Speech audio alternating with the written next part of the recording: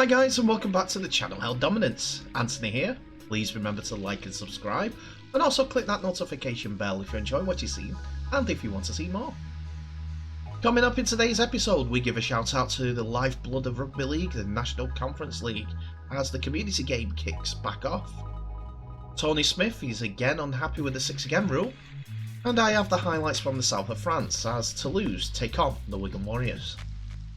HKR boss Tony Smith has spoken out in opposition to Rugby League 6 again law, describing it as a horrible rule that most coaches dislike. The controversial 6 again rule was introduced in the NRL in 2020 during the pandemic and brought into Super League in an attempt to speed up the game, allowing teams to receive a 6 again for ruck infringements rather than a penalty. St Helens' 42-8 victory over Rovers on Friday night featured a large number of 6 again calls that went against both teams. Champions maintained their unbeaten run in 2022 and look to be again the team to beat in the competition. Speaking after that game, "It's a horrible rule," Smith said. "We're now seeing the real extent of it. When it first came in, we were all saying, isn't it great we don't have penalties? But every coach will tell you, if they're honest enough, that they'd rather a slow play the ball and more tackles and six agains than a fast play the ball and allow you to go and you're on the back foot and get rammed back up the rest of the field. Without instructing players to do it, it's one of those rules that have blown up in our face. When it was a full penalty, you used to get filthy when somebody held somebody down for too long and gave away a penalty, and that marched them upfield. Now, they're willy-nilly, aren't they? Anytime you get the opposition under pressure, you can just slow down the play of the ball." Smith, though, did admit his team were really disappointing against Saints, and as Saints ran in 8 tries against the Robins. "We were off what we're capable of, but I'm not going to bash my boys too much," he added. "It's good learning for us. If we wanted to get up there and contend, we have to handle some of that, and then do some of that." It was always going to be tough to repeat what they did last year, HKR, as they got into the playoffs, they got to the semi-finals of the playoffs for the first time ever, basically, and they could be proud of that achievement from last year. To go again would be a tough task, there's no doubt about that, but I'm sure they'll pick up more results so that they can get closer towards their goals for the season. In a coach like Tony Smith, they've got someone who's very, very experienced and will get the best out of his players. Very knowledgeable. Coached Super League Grand Final winning teams and also won Challenge Cups. So if HKR are going to have a crack at the Super League again this year, they're in good hands and will prosper as the year goes on.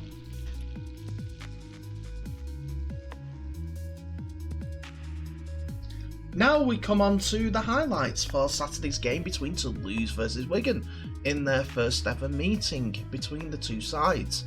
And Wigan are looking to continue their 100% record, while Toulouse are looking for their first win of the season and have a big task against them, against the Wigan side that's doing quite well so far. So here are the two teams, starting with Wigan Warriors. So Wigan had decided early in the week to announce that Abbas Miski was going to make his debut for the club, and he takes his place on the left wing, while Liam Marshall played on the right wing. Zach Hardacre was moved inside to centre in place of Jake Bibby, while at halves Tommy Lulai misses out of the 17 completely, and Harry Smith comes into the halves. Willie Isa also drops from the 17, which means that Morgan Smithy starts at loose forward. That means there's a place on the bench for Joe Shorrocks for his second appearance of the season. In the only change to the Toulouse 13 lineup, you see Anthony Marion start the game, as Dixon drops out of the team and the 17 altogether. There's a place on the bench for Hugo Pezet, and Eloi Pelissier moves into the the acting halfback role instead of Lloyd White. Gadwin Springer also makes an appearance on the bench for Toulouse, where they see the big Justin Sangare and Ellis Robson on his debut appear on the bench. So it's the first half and we start the game with Wigan on the ascendancy, scoring the first points of the game. They come to the right edge and find Liam Marshall, who steps back inside and finds a gap for Jai Fields, who outstrips Ollie Ashall-Bolt to score under the posts. Not long after that, Wigan are deep into Toulouse territory and the ball goes through the hands of Bateman, Harry Smith, Jai Fields, and finds Zach Hardacre on the left edge, who scores on the left side.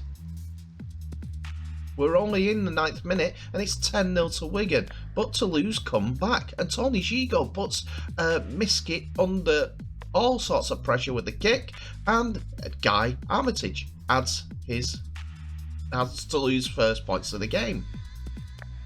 Once again, Toulouse are back on the ascendancy, and Gigot aims for that right side again, which the challenge sees the ball return to 0. And Maxim Steffi powers his way over for the second try for Toulouse. Out of the 4 tries, the first try by Jai Fields, that was under the post, was the only one that was converted, and the scores are 10 points to 8. But Toulouse are now in the ascendancy. As the scores are 10-all, Toulouse are deep in Wigan's half, and an inventive kick by Lucas Albert puts the ball into Tony Gigot's pass for the try. Gigot adds the drop goal to make it 17 points to 10, and Eloi Pelissier adds the extra as well to make it 18 points to 10 in Toulouse's favour after Hankinson converted the other try. We go into the second half now, and a great kick by Harry Smith sees confusion in the defence, and it is Kate Cust who scores the try for Wigan for the first points of the second half. But Toulouse come roaring back as a great passing movement out wide sees Ollie Ashott-Bolt pass out wide to Matty Russell to score Toulouse. His try to put them back in the lead. Tony Gigot finds a gap for Guy Armitage to power over to score his second try of the game. It's all Toulouse at this point one way, but Wigan's get some territory. And after Joe Shorrocks passes the ball out wide to Harry Smith, and then a great offload by Kai Pearce-Paul finds Liam Marshall for his obligatory try of this Super League season. And the scrum play comes from Wigan, and Jai Fields dummies and finds the corner for a great individual solo try. And in the dying embers of the game, the ball finds Harry Smith, who puts over the 1-pointer, and that is the final points of the game. This gives Wigan the win after a hard-fought effort by Toulouse. Unfortunate that they came up a little bit short, but they can be proud of their complete efforts. And the final score? Toulouse 28, Wigan Warriors 29. You could see what Toulouse wanted to do during the game. They wanted to keep the ball in their own hands and keep the scoreboard ticking over. So, putting the ball over for the drop goals just before half-time, 2 of them, was a great idea so that they can control the game going into half-time. And did lead 18 points to 10 in the first half when the half-time meter came along. But there are some X factors in that Wigan side. Wigan's though had couple of mistakes under the high ball from Midski, but there wasn't only that, they were a bit stumbly with goal line defence, which is not something that Wigan have been this year.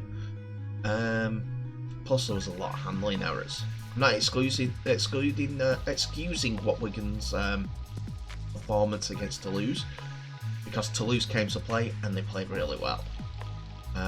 Ellis Robson put up a great shift, and the Toulouse fans applaud him for that. He just needs some points to complete his day, but otherwise, Toulouse, unfortunate about the result, and that could be the only thing that they're gutted about, which is the important point at this moment. But if they play more like that and force teams to be on their back foot, they'll be getting results sooner rather than later.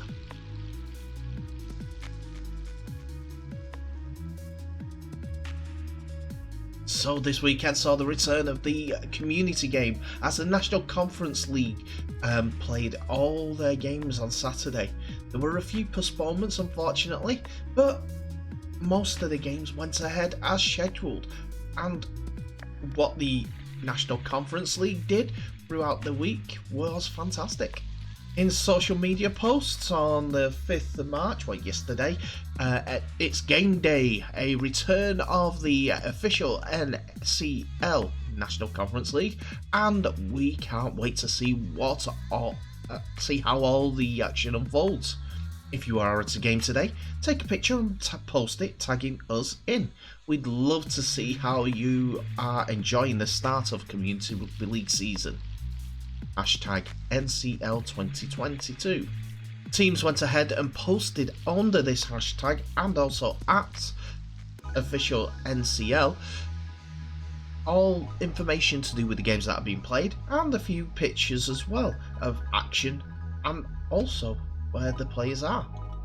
Some even posted the changing rooms ready for the return to action and how things have improved over the summers, like Eastleigh First and also Crossfields Rugby, who have games for the 2022 National Conference League.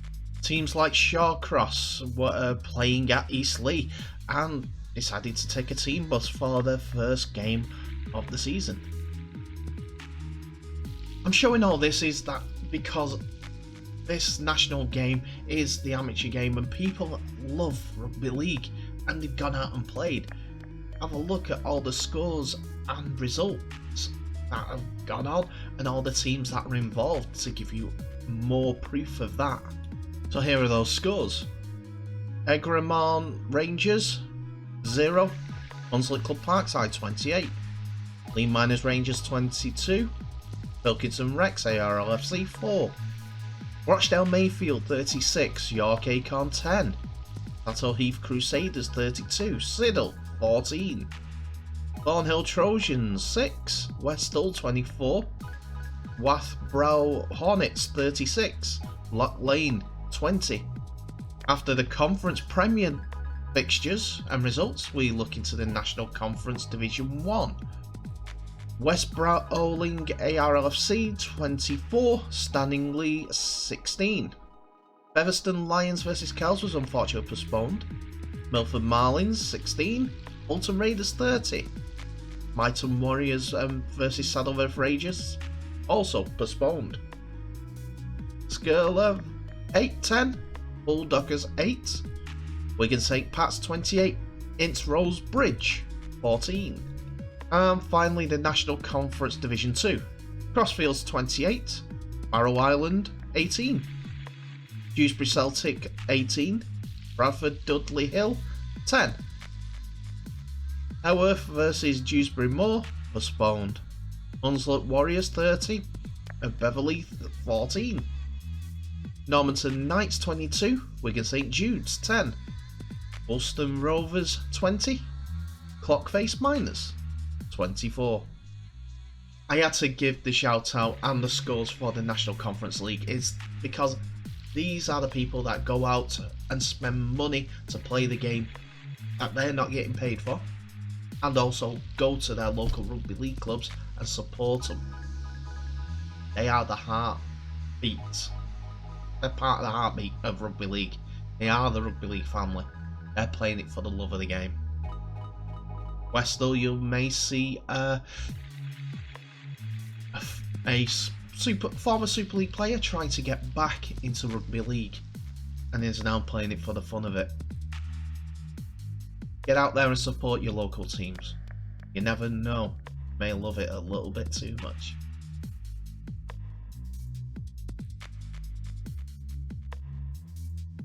And that's it for another episode, ladies and gentlemen. Thank you so much for watching. Please remember to like, subscribe, and also share this video worldwide so that you, your mates, and anyone in between can get this rugby league news out there. So share this video worldwide. Also, please do remember to subscribe. So tell me what your thoughts are. Are Toulouse turning a corner and becoming a Super League force? It's only one result, but they showed shoots of it at the second half against Warrington. This game, they were unfortunate not to win. Wigan, do you think that this is a blip again? Or do you think that they missed Tommy Leulai and Willie Isa in the goal forward and the muscling up stakes? North West Counties leagues, National Conference League, that's the one, National Conference League. Do you support a club? Do you follow a club? Do you play for a club? Tell me what the experience was being back after the pandemic. Are you happy with how your team are doing? Or are you just happy playing rugby league again? Tell me how you're happy. And Tony Smith, the 6 again rule seems to irk him a little. It's a bit of a shame. I kind of like the rule. I thought that they were going to bring in the penalties when 6 agains, instead of 6 agains in the 20 metre for the defending side, but it's kind of gone the different way again. It's gone 6 again so that everything slows down and benefits the offensive side, putting pressure on.